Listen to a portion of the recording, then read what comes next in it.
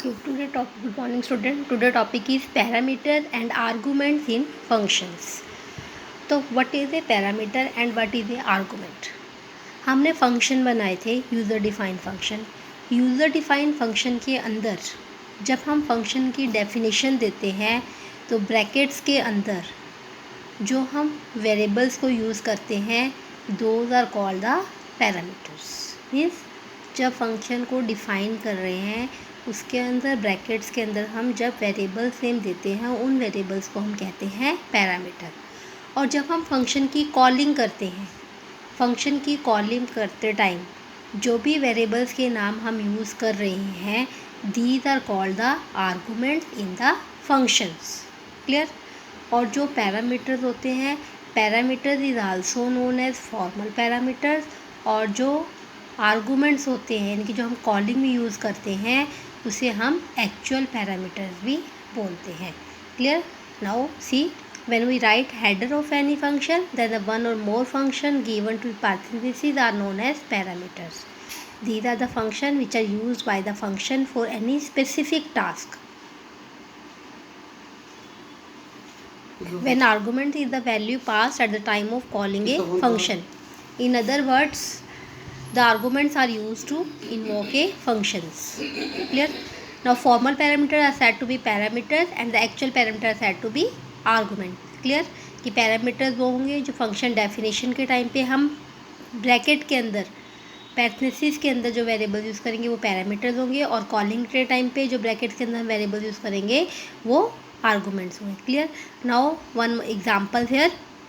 यहाँ पे एक एग्जांपल दिया है पैरामीटर आर्गूमेंट को समझाने के लिए कि जो डेफिनेशन बनी हुई है. एक फंक्शन डिफाइन किया है CALC के नाम से जिसमें हमने A और B दो वेरिएबल्स को यूज़ किया हुआ है ब्रैकेट के बीच में. अब इस दो वेरिएबल्स हैं A B, ये क्या है हमारे पैरामीटर्स हैं और इन्हें हम क्या बोलेंगे फॉर्मल पैरामीटर्स. क्लियर. जो ये पैरामीटर्स होते हैं और इन पैरामीटर्स को हम क्या बोलते हैं फॉर्मल पैरामीटर्स. का फंक्शन को डिफाइन किया हुआ है. इस फंक्शन के अंदर क्या किया हुआ है, दो नंबर्स को ऐड किया हुआ है, सब्ट्रैक्ट किया हुआ है, मल्टीप्लाई किया हुआ है और डिवाइड किया हुआ अंदर और फिर रिटर्न करवाया. यहाँ पे हमने कौन सी रिटर्न स्टेटमेंट यूज़ किया है, मल्टीपल वैल्यूज़ रिटर्न की हैं with the help of single function. Clear. फिर देखिए नीचे क्या किया इन्होंने प्रोग्राम के अंदर x और y दो वेरिएबल्स है जिसके अंदर वैल्यूज़ को इनपुट करवाया है और फंक्शन को कैलसी फंक्शन को कॉल किया. अब इसमें जो हमने x और y जो वैल्यू पास की है, जो वैल्यूज़ ऊपर जाएंगी, x की वैल्यू a में स्टोर हो जाएगी और y की वैल्यू b में स्टोर हो जाएगी. जो x और y है these are called the arguments और इन्हीं को हम क्या बोलेंगे फॉर एक्चुअल पैरामीटर्स. अब आपको बताया था कि जब हम रिटर्न स्टेटमेंट यूज़ करते हैं तो फंक्शन की कॉलिंग कैसे करते हैं, in this way. Result is equal to किसी वेरिएबल में वैल्यू आके स्टोर्ड हो गई. ठीक है. अब यहाँ पे एक क्वेश्चन उठता है कि यहाँ पे लिखा result is equal to calc x, y. अब एक ही वेरिएबल को यूज़ किया है जबकि वहाँ पे कितनी वैल्यूज रिटर्न हो रही है, 4 वैल्यूज़ रिटर्न हो रही है और 4 वैल्यूज़ को उन्होंने एक सिंगल वेरिएबल में स्टोर किया है. यहाँ पे क्या होना चाहिए था, 4 वेरिएबल्स होने चाहिए थे और चारों वैल्यूज़ अलग अलग वेरिएबल्स में जानी चाहिए थी. इन्होंने क्या किया, एक ही वेरिएबल में स्टोर की. अब एक ही वेरिएबल में स्टोर क्यों की है, ताकि वो लिस्ट की फॉर्म में स्टोर हो रही है और लिस्ट को हमें प्रोसेस करने के लिए एक एलिमेंट्स को हम क्या करते हैं, लूप चलाते हैं. For I in result print I. फिर आई इन रिजल्ट की पहली वैल्यू क्या होगी 0 तो पहला वाली वैल्यू एडिशन प्रिंट हो जाएगा 1 पे, सब्ट्रैक्शन. इस तरह से वो सारी वैल्यूज़ को प्रिंट कर देगा.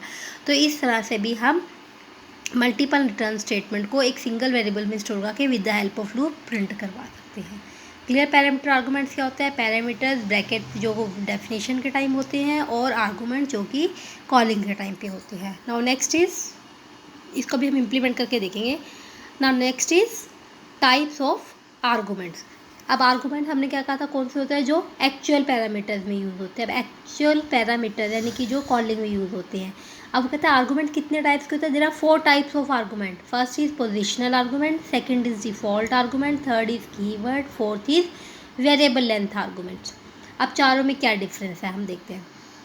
पहले है पोजिशनल आर्गूमेंट. पोजिशनल आर्गूमेंट का मतलब होता है कि जिस ऑर्डर में दिया है उसी ऑर्डर में पास करना है.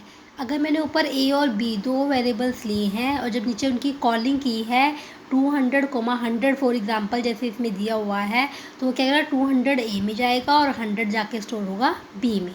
मतलब जिस ऑर्डर में दिया हुआ है ऊपर कॉलिंग हो रही, ऊपर एक्चुअल फॉर्मल पैरामीटर दिए हुए हैं, उसी ऑर्डर में एक्चुअल पैरामीटर्स कॉल होंगे। पहले 200 ए में जाएगा और 100 बी में जाएगा। नीचे ऊपर भी 2 वेरिएबल्स हैं, नीचे भी 2 वेरिएबल्स हैं। These are the argument which are passed in correct positional order. If we change the position of argument then the answer will be change.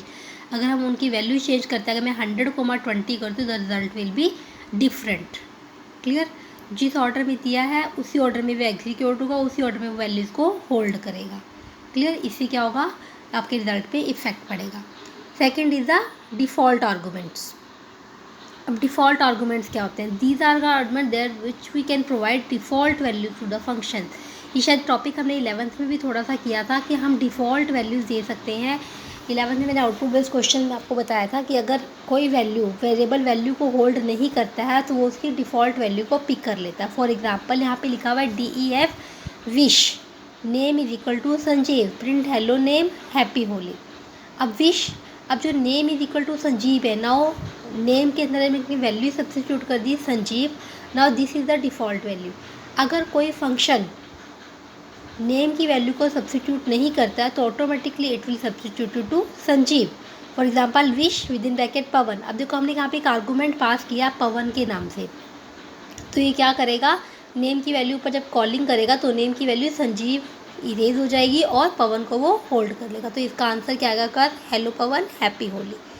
Wish bracket start bracket close. अब यहाँ पे आपने कोई भी आर्गूमेंट कॉल नहीं किया है, कोई भी वैल्यू पास नहीं की है, तो क्या करेगा, नेम में क्या होल्ड कर लेगा, जो डिफ़ॉल्ट वैल्यू हमें दी थी संजीव। तो it print hello Sanjeev. Clear?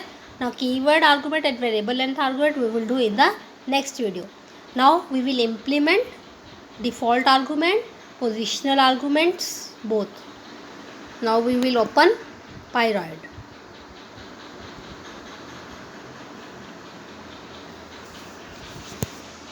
Clear?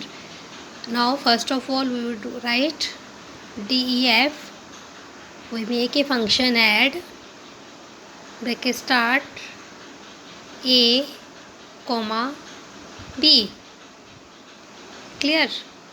We forget colon. There is some problem. At we write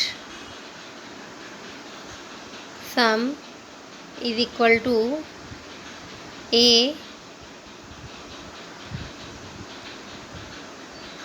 plus A plus B. Now we will print C. Print C. Edition के case में position order में कोई ख़ास फ़र्क नहीं पड़ेगा. Print C. Now we will call the function. we use simple function without return statement here.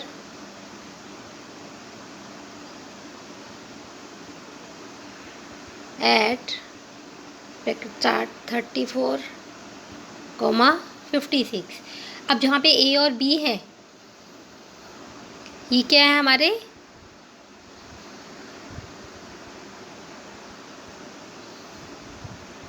Positional argument. इसको we can say पहले हम सीख लेते हैं. ये क्या है हमारे पैरामीटर. और यहाँ पे जो 34 56 जो वैल्यूज़ ली हैं वो हमारे पास क्या है, आर्गूमेंट. और पैरामीटर को हमने एक और वर्ड यूज़ किया था, क्या नाम बोलते थे इसको, और फॉर्मल पैरामीटर्स. क्लियर? और आर्गूमेंट को हमने क्या बोला था, और actual parameter. Clear? Now run it. Error आ गया. Name C is not defined. C कहाँ पे यूज़ किया हमने, ओ सॉरी, यहाँ पे क्या आएगा, हमने सम वेरिएबल का नेम यूज़ किया था, तो we write here sum. Now run this program. It execute 90. अब इस एडिशन के केस में पोजिशनल आर्गूमेंट में कोई इफ़ेक्ट नहीं पड़ता, लेकिन अगर इसी को हम यहाँ पे प्लस की जगह माइनस कर दें तो इसमें यहाँ पे डिफरेंस नज़र आएगा हमें. -22 आ गया. क्लियर? क्योंकि 34 माइनस 56 किया है। अगर इसी को मैं कर दूँ, एक और स्टेटमेंट लेके कॉल कर लेते हैं इसको, ऐड ब्रैकेट में 34 कोमा 56, सॉरी गलत हो गया ना, वैल्यूज़ को एक्सचेंज करना था मैंने एक्चुअली।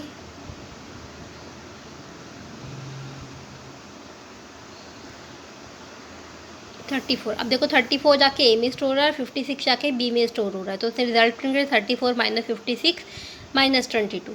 लेकिन सेकंड केस में 56 ए में जा रहा है और 34 बी में जा रहा है, तो यानी कि ए की वैल्यू 56 होगी और बी की वैल्यू जिस ऑर्डर में दे रहे हो उसी ऑर्डर में जाके वो स्टोर हो रही है। तो these are called the positional. पहले केस में माइनस 22 आया, सेकेंड केस में 22 आपके पास आ गया। क्लियर? ये थे हमारे positional parameter. Now next is the default parameters. अब एक एग्जांपल डिफ़ॉल्ट पैरामीटर का कर लेते हैं हम। DEF, इसको हम, चलो ठीक है, एक फंक्शन हम बना लेते हैं ऐड वन के नाम से। इसमें हमने क्या किया, A comma B is equal to 3। Clear?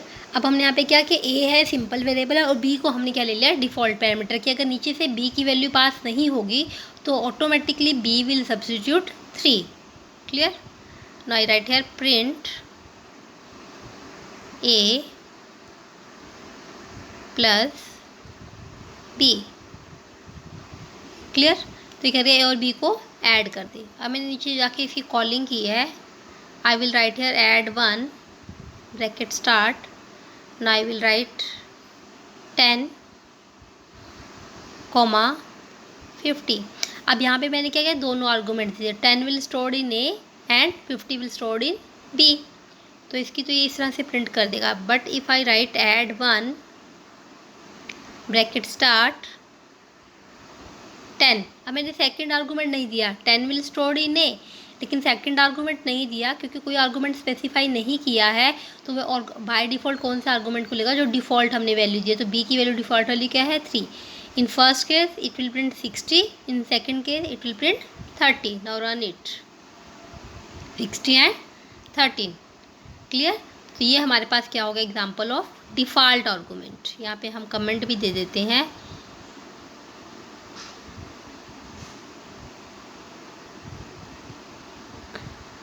Hash positional argument था ये example of positional argument.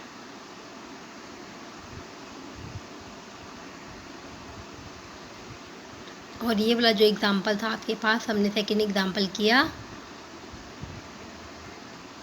Default argument. Run it, हो गया रन। क्लियर? तो in this way we will